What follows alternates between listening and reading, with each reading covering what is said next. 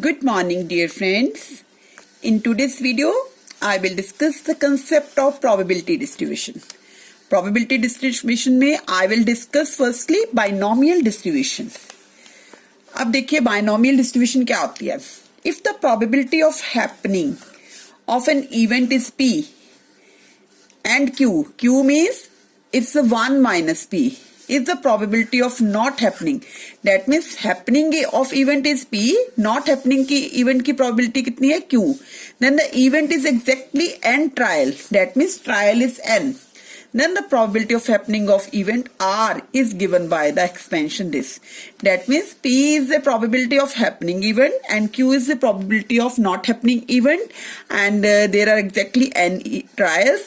And if we want to find the probability of happening of an event R, then formula will be P plus Q raised to power N is equal to NC0, C means combination, P raised to power N plus NC1, Pn minus 1, Q1, NC2, Pn minus 2, Q2, NCn, Qn. The general term in the expansion is NCR, PR, Q raised to power N minus R. This is the general term of binomial distribution. If we want to find the mean of, in case of binomial distribution, then mean formula is NP. If I want to find the standard deviation in case of binomial distribution, that is root NPQ. Variance is equal to NPQ. Expected frequency is capital N into NCR, PR, Q raised to power N minus R. These are the few formulas that will be used to solving the question of binomial distribution. That means there are two possibilities. One is the happening of an event and another is the not happening of an event. Then I will explain illustration of binomial distribution. For a binomial distribution, mean is 6. That means mean is given 6 and standard deviation is given root 2. Find all the constituent of the binomial distribution. Here given mean is 6 and standard deviation is root 2. Mean का formula क्या होता है, अभी हमने discuss करा था. Mean is NP. That means NP is equal to 6. Standard deviation का formula होता है रूट एनपी क्यू. ये हमें ऑलरेडी गिवन है इक्वल टू रूट 2. तो हमने दोनों तरफ क्या कर देनी है, स्केयरिंग कर देनी है, स्केयरिंग बोथ साइड्स. तो I am getting NP Q equal to 2. Root 2 खत्म हो गए. This is I have mention this is equation number 2 and this is equation number 1. अब मैंने क्या करा, डिवाइडिंग 2 by 1. इस 2 इक्वेशन को 1 के साथ डिवाइड कर दिया. That means right hand side को राइट हैंड साइड के साथ डिवाइड करेंगे, लेफ्ट हैंड साइड को लेफ्ट हैंड साइड के साथ. NP Q over NP equal to 2 over 6. तो कटिंग करी, ये 3 आ गया. यहां से एनपी एनपी कट गई, क्या आ गया, क्यू इज इक्वल टू 1/3.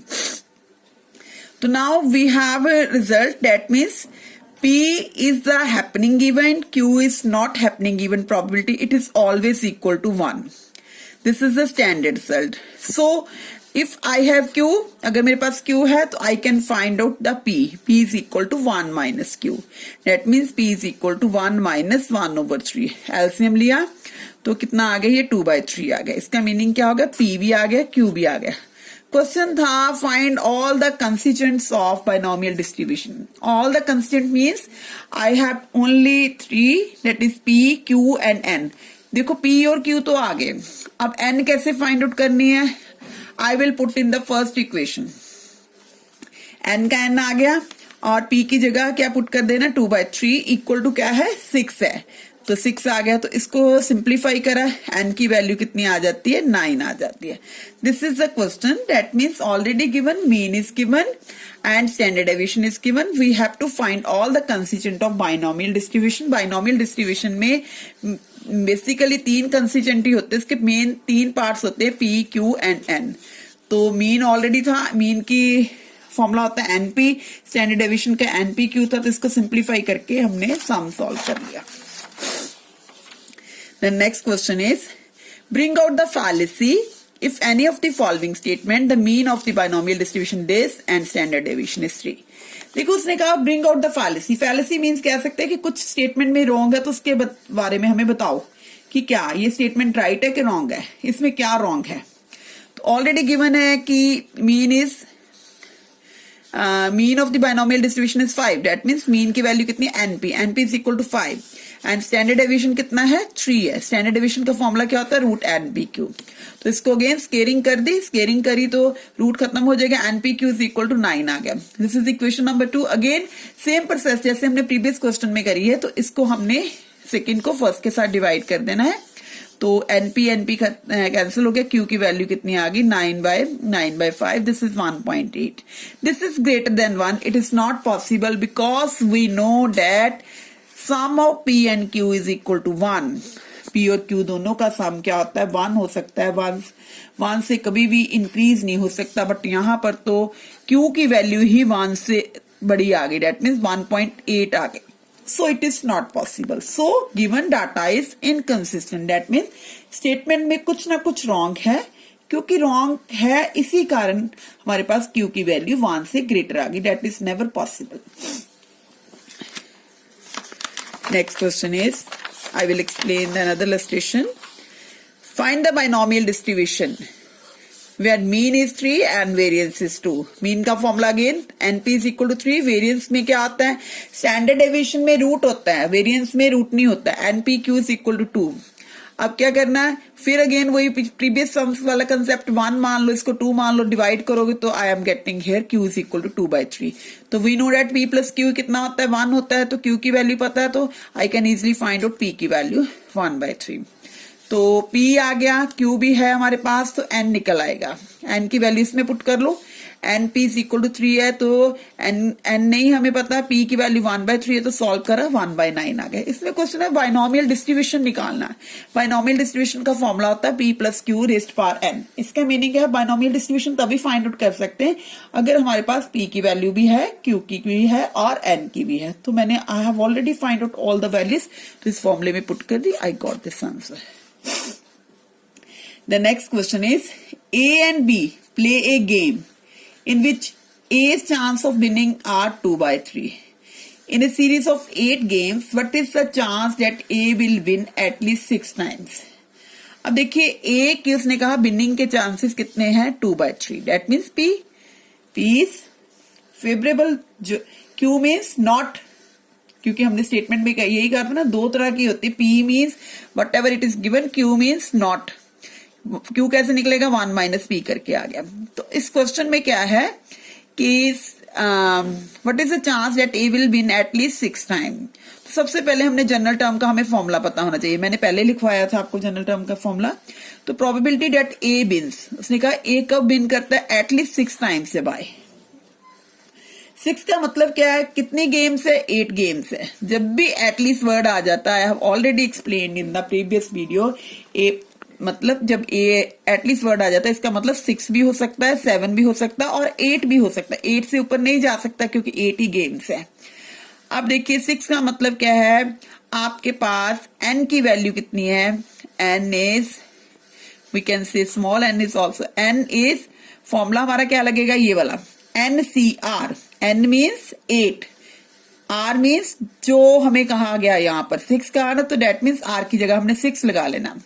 फिर फॉर्मूला क्या P की वैल्यू कितनी है 2/3, फिर वैल्यू क्या ऊपर R इज 6, ये हमारी R की वैल्यू होगी, अगले वाले में ये R की वैल्यू होगी, अगले वाले में ये R की होगी। तो अगला क्या है Q की वैल्यू कितनी है N माइनस R, N कितनी है 8, R कितनी है 6, 8 माइनस 6 कितना हो गया 2। नेक्स्ट क्या आ जाएगा, N तो हमारी सेम ही है, क्या आ जाएगा NCR मतलब 8C7, P कितनी है P भी सेम है 2/3। अब क्या आ जाएगा P की पावर R कितनी है 7 और Q की power N minus R, Q कितनी है हमारे पास 1/3 है, 1/3 की पावर क्या आनी थी N minus R, N means 8 minus 7, 8 minus 7 क्या होता है 1 होता है।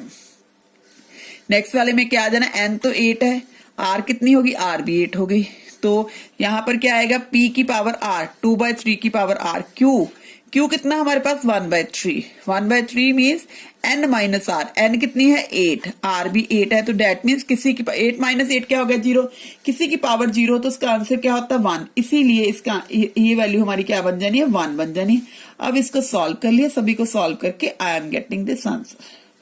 तो ये क्वेश्चन में इस चीज का आपने रखना है कि उसने कहा कि chance of winning are this, तो चांस ऑफ नॉट विनिंग क्या आप निकाल लो, क्यू निकल आती है, एन हमें दिया हुआ, तो उसने कहा एटलीस्ट 6 टाइम्स वो चांस होता है इसके विनिंग का। 6 मतलब एटलीस्ट 6 वर्ड आ गया तो 6 भी हो सकता है, 7 भी हो सकता है, 8, तीनों केसेस निकाल के ये जनरल फॉर्मूले में हमने पुट करा तो उनको ऐड कर लिया।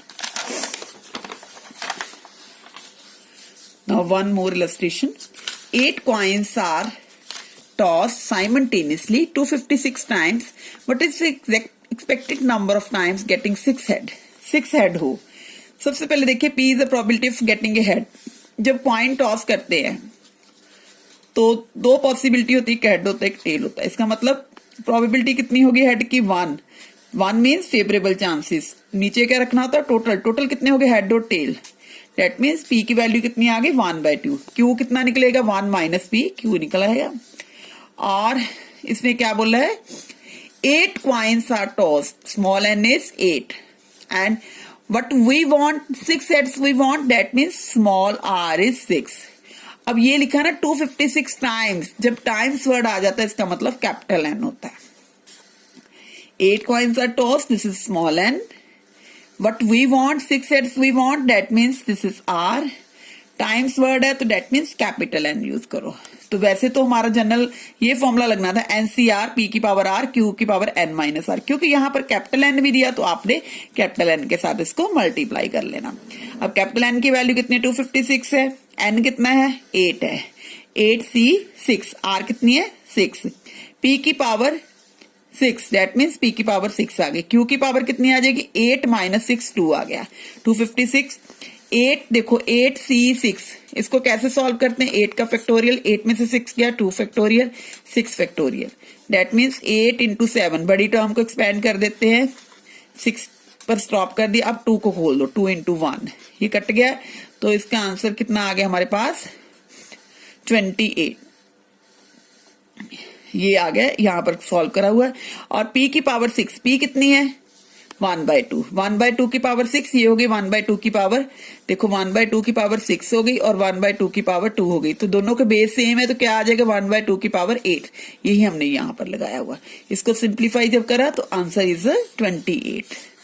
तो डेट मीन्स इस फॉर्मूले में हमने ये इसलिए डिफरेंट लगाया, एन के साथ इसलिए मल्टीप्लाई करा क्योंकि it is mention 256 times it is tossed, तो otherwise formula is this one. Thanks dear friend, please like, share and subscribe my channel and don't forget to share with other also.